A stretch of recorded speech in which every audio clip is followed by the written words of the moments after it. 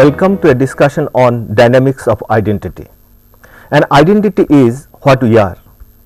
However, this we as a representation of the society, of any collectivity, maybe the nationhood, maybe the group, maybe the communities, get negotiated with so many other social processes of the society.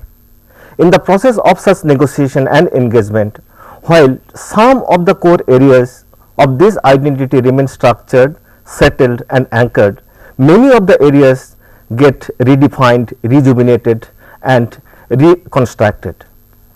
In the contemporary society, especially in the age of globalization, fast economic transformation and also enormous flow of communication and human being across the globe, the whole identity is getting redefined in a contradictory process. While on the one hand there has been a process of rejuvenation of primordial identities, maybe in the name of caste, race and other, there has also been a resurgence of so many secular identities, maybe fluidity of identities. To discuss several dynamics of this identity, today we are having among us Professor Dipankar Gupta from Jawaharlal Nehru University. Professor Dipankar Gupta is a phenomenon in sociology himself.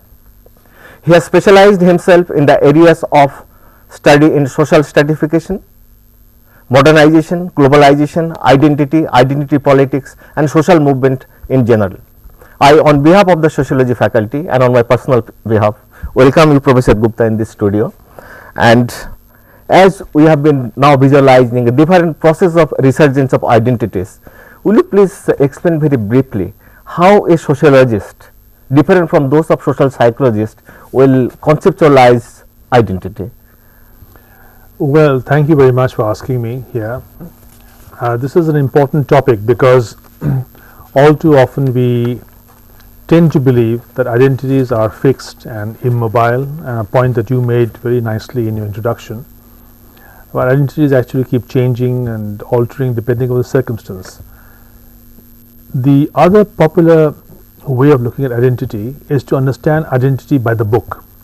So whatever is written in some sacerdotal text becomes the foundation for identities. In that sense, what happens is that cultures and religions are almost as if pre-programmed from the start to be at loggerheads. But that is not really the case. So instead of the text, I think what we should look at is the context. So it is not the canonical aspect, but what do people actually do? If you look at the entirety of a person's culture or religious background, you will find that there are so many areas which are in common, regardless of religion. Any religion you take, I think 98% is in common. Maybe 1 or 2% here and there which are different. But what actually separates different communities is not the thought system so much. What separates them is what they actually do in praxis. In other words, orthopraxis takes over from orthodoxy. You will always find that whenever there is some kind of heightened tension, it is because we distinguish ourselves from others in terms of what we do, and very rarely on the basis of what we think, because on that level there is so much overlap. You might remember Malinowski said that we should have 3 levels of analysis. One is what people do, what they say they do, and what they think. They are not the same at all. So the canonical aspect, the textual aspect has to be kept in the background, and what we should look at is the context. There have been studies in the past which have looked at identities in terms of structured, well cemented boundaries, and that is, I think, useful if you want to detail a particular culture's nuances of a particular culture in great detail. In fine pen you want to illustrate what is tradition, what is belief, what is the etymology of certain terms. But when you come down to the real world, you will find most people who are very religious or culturally quite devout are not so well versed in the textual tradition. So in our contemporary world, when we find communities clashing against each other, it is not in the entirety of their cultural background that is making or compelling them to come to loggerheads. There are certain very sharp and angular aspects of their everyday life which is being heightened, blown up, so that it can be used for political purposes. For example, Hindus and Muslims for a long time beef eating and cow worshipping. That became a central feature. So if you want to actually incite some rebellion, so some dissatisfaction amongst Hindus, all you got to do is to have a carcass of a cow or a head of a cow in some temple. Vice versa, you can throw a pig, or you can play music. See, they have nothing to do with thought. This is all to do with certain elements of practice. With Hindus and Sikhs, again the same problem had happened in a different way. So I would say that we must be able to differentiate sociologically that it is not the entirety that is being made salient in such identity clashes. There are very angular and very minor aspects of everyday practice which are heightened, as if they matter, as if they are the only things that matter. Even beef eating is not used against Christians, but it's used against Muslims. You see, the British were here, they used to eat beef all the time, and nobody seemed to complain at that point. But you see, this is what it is. So I think the context should always be kept in mind. Only then will we realize how politicians are using quote unquote culture for their ends. Otherwise, it gives a feeling that people are motivated from inside. They can't control their anger. It is spilling over on the streets because their culture is so programmed. Beef eaters must attack cow worshippers and vice versa. But actually that's not the case. Very often they don't attack each other. And when they do, it is always with a political motive and a politics that picks on very angular aspects which are contradictorily positioned in order to make political capital. Just to mention two important things. One is that contextualizing the identity, one. Another is that one thought process, another is the action. Now, while we are identifying identity, should we privilege action over the thought in defining the context? What will be your idea in this? I think when we are looking at identity in a political context, and today, what really matters is how different communities are politically, against each other or contradictorily positioned. That seems to matter the most. Otherwise, you can study a culture any old way, but I may be a Hindu or I may be a Muslim, but I may know very little about Hinduism or Islam. For instance, Shiv Sena chief Bal Thackeray told me that it is not necessary to understand the Vedas or to know Sanskrit as long as you can hate Muslims, and take revenge against them for all the injustices they've done.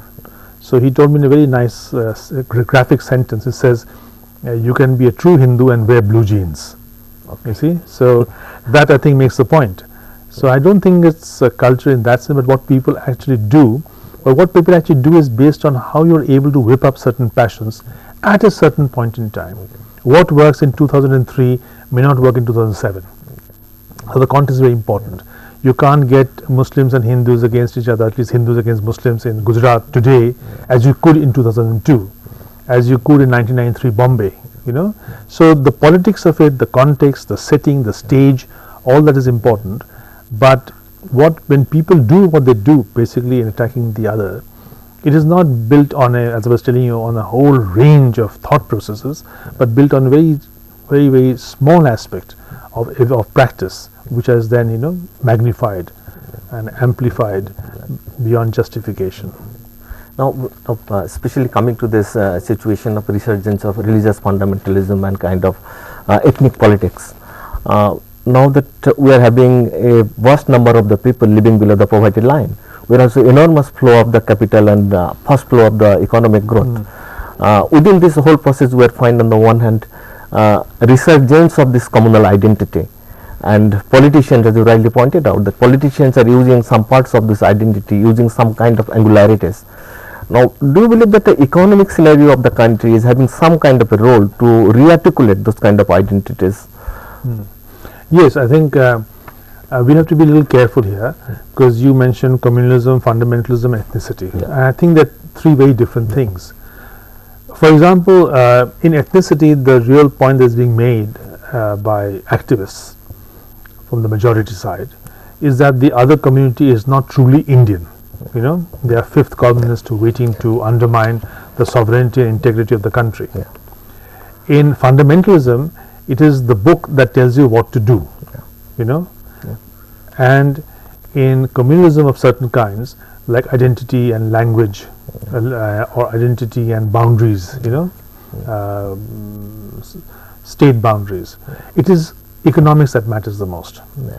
So I would say economics matters in caste wars, economics matters in linguistic wars, Yeah.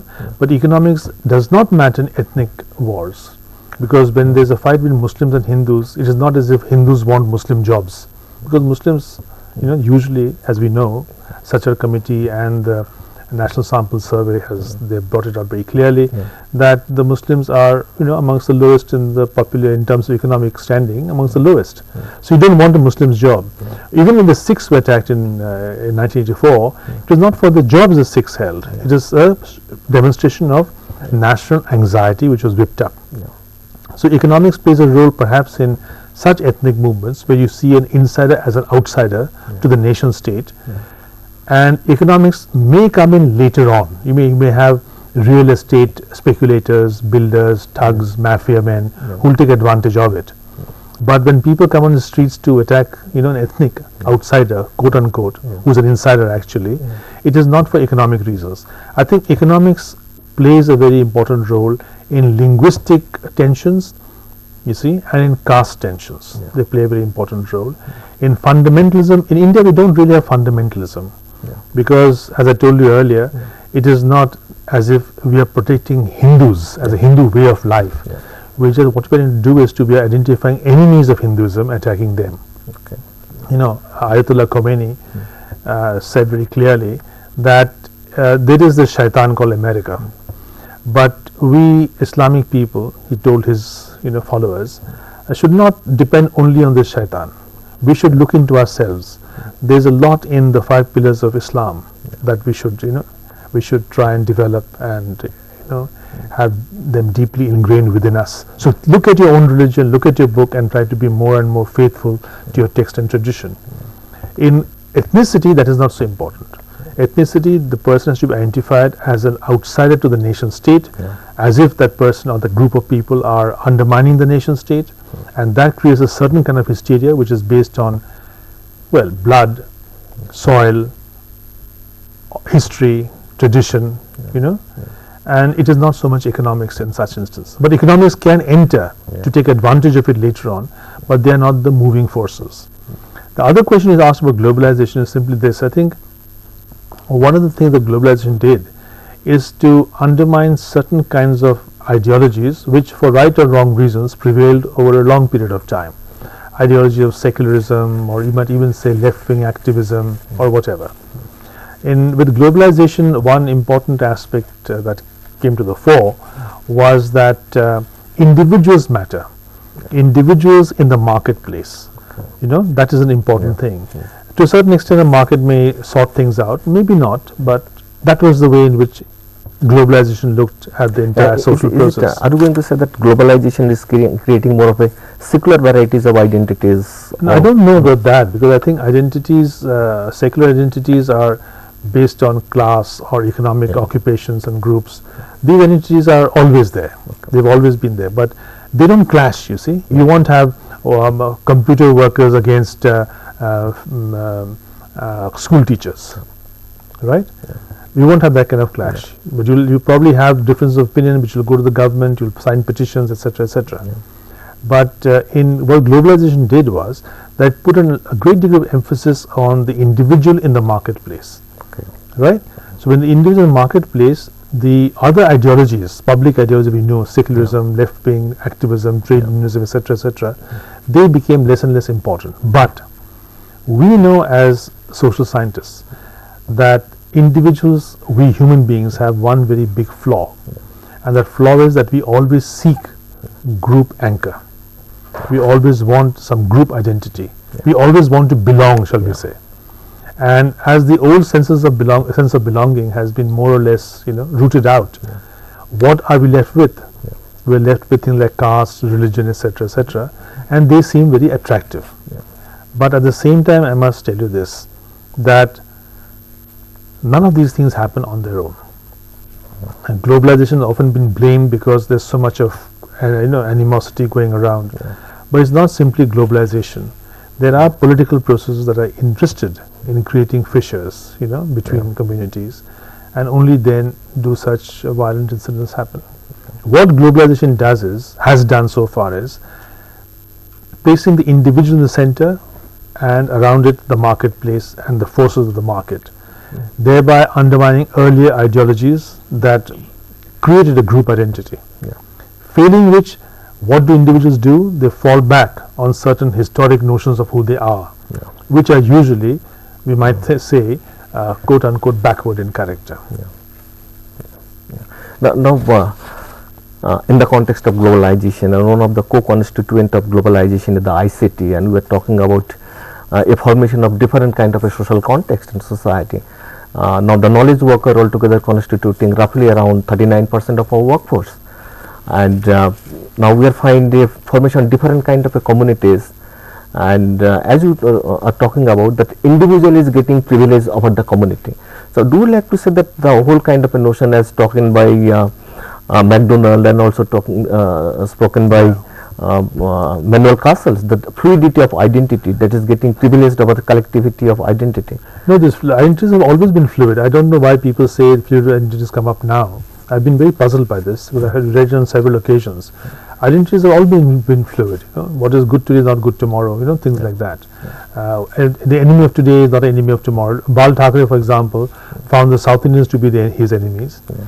Prior to Shiv Sena's formation in the Samyukta Mahastra Samiti, the same people thought Gujaratis were the enemies. After 1967, Bal Thackeray believed that the communists were his enemies.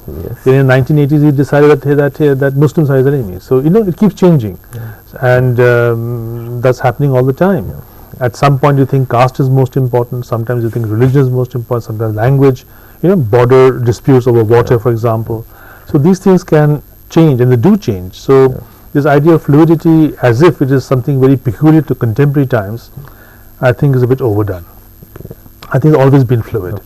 But the fact is that now that we are moving a lot from place to place, the chances of retaining identities of a certain kind are difficult. Now, this has to be again approached cautiously. When a person moves from a village to a city, at that point, that person is usually rudderless and rootless, looking for community solace, and support. And at that time, the person is very prone to these community kinds of politics and community formations. By the time you are 3 or 4 generations urban, it doesn't matter so much. But the first or second generation urban, quite surprisingly, these issues are very important for them. You will also find among the diaspora, you're talking about globalization. When, for example, when Indians go to North America or England, you'll find the first generation Indian becomes very rigidly Indian. But a third generation, father and grandfather and grandson can't even communicate, because things have moved so much. So these are, again, as I told you earlier, it's a contextual point that needs to be emphasized. And urbanization in the first round often creates a high degree of tension, and people are ready to be plucked, for this purpose. You look at all those who are in the thick of these ethnic uprisings, you'll find that they are all got very shallow urban depth, in terms of generation. And after a period of time, it doesn't matter so much as it used to earlier. So this is the way it is. You find most of the new migrants from Konkan area are the ones who are most involved with anti-migration movements in Bombay. So that's the way it is. Is there a relationship with the threat perception of a community from the related to this identity construction? Yes, of course. I mean, that's why the other becomes such a hated other, because it is they're seen as a threat. As I told you earlier, during the Samyukta Mahastra Samiti times, when they were fighting for Maharashtra, at that time the Gujarati was a threat. Then came the South Indians as threat, because the middle class and lower middle class Marathi youth in Bombay felt that South Indians were competing against them for white collar jobs. Then the communists became a threat, then the Muslims became a threat. So the whole question is, how do you pose a threat, and how do you pose a credible threat? And a credible threat has to depend upon a context. It doesn't just happen on its own. Today, if, for example, certain communalists or ethnicists rather wanted to create a problem in Gujarat, they'd find it very difficult. Even in Bombay, they'd find it very difficult. But in 2002, it happened so easily. 1984 in Delhi, it happened so easily. Right? So the context and threat, yes, you see the other as coming in your way in a very significant fashion. Either your job is at stake, your culture is at stake, or your nationhood is at stake. And remember, the idea of nationhood is not a very comfortable one, because nationhood talks about the people, the authentic people who are united together because of, as I told you earlier, common sorrows, common joys, common endeavors over a long historical period, where the soil has been fed and nurtured on their blood, that kind of feeling. But a modern nation state is a modern nation state when it is not that kind of nationalism that spurs people to act, as you said, in secular identities, but in terms of citizenship. In citizenship, you don't think of blood, soil, territory. You think of the other as equal to you by law. This is the very difficult thing, very difficult, because I told you earlier, we human beings are very flawed. We like to see the other as if the other is naturally different. So whenever there's a problem between this community and that community, they'll say these people are naturally lazy, or these people are naturally avaricious, or these people are naturally lustful. They don't see it in terms of other social parameters. We tend to see things in natural fashion. So social distinctions are given a natural color, and then all hell breaks loose. And that is where citizenship comes in. And that is where I think the secularism is secularism only when they abide by the norms of citizenship, not charity, not goodwill, not holding hands, going to prayer meetings. But if somebody from another community has been brutalized and his citizenship or her citizenship rights have been transgressed, if you stand up for that legally and constitutionally, that I think is the best way of upholding secular identities. The secular identity is the identity of citizenship. Now coming this within India, we find the multiplicity of the identities. As we have already described, there are a lot of varieties of them. We are having this son of the soil kind of a contrast. We are having also this ethnic, the caste, other kind of identities. Now we are also having some kind of a problem, pan-Indian kind of a identity. At times it gets constructed over a period of time, and then it gets diluted. Now lot of Indians, when they have gone to Australia, recently the Australian episode, the Indians, different kind of identity construction is going on among the students working in Australia. Now what are those factors bringing them together, but when they are coming to India, they remain divided, maybe in terms of caste, ethnicity, class, etc. kind of a character. It's a level of differentiation, you see. When the differentiation is in the village, it is between caste and caste. It makes a big difference. Now you go to the level of the legislative assembly, forget the parliamentary situation, parliamentary constituency. The legislative assembly, you will find roughly 15 to 16 castes of roughly the same strength. So their caste politics will not really matter so much. But in the villages, caste politics matters a lot. Because in one village you have, shall we say, the Jats who are preponderant. You cross the street, Gujars are preponderant. It happens like that all through. So caste politics has a certain role to play. Religious politics has a certain role to play, depending on the level at which the whole thing has been organized. Now we have often said that there is a caste politics of scheduled caste or OBCs and so forth, which is true. But if you look at it closely, something else emerges. That is, when you say scheduled caste politics, or you will find that there are many areas where Mayawati won in 2007, where there were few scheduled castes. Many areas where Mayawati lost in 2007, there were many scheduled castes. So it's not as if you are a scheduled caste, you're automatically lining up to vote for this or that group. If caste and politics were so simple, then you could predict an election outcome in advance. You're Gujar, you'll vote here. You're Yadav, you'll vote there. But it does not happen that way, because I, as a Gujar, or you as a Gujar or Yadav, we are not natural enemies, natural friends in terms of caste. So when we come together for political purposes, there must be another reason. Because on the basis of caste alone, nobody can win an election. In the Jat stronghold of UP, the Jats, in the best of circumstances, constitute only 8% of the population. In the best of situations, in Madhepura in Bihar, the Yadavs constitute 21% of the population. So if every Yadav votes for Yadav, you will still not win. So when people go to vote, they don't all, and what is more, there are 15 castes in a particular area, and there are only 3 viable candidates. You you can't have 15 viable candidates, 3, then I have to perforce vote outside my caste. So it is all a question of context. So when castes, what seems like caste politics is actually something more.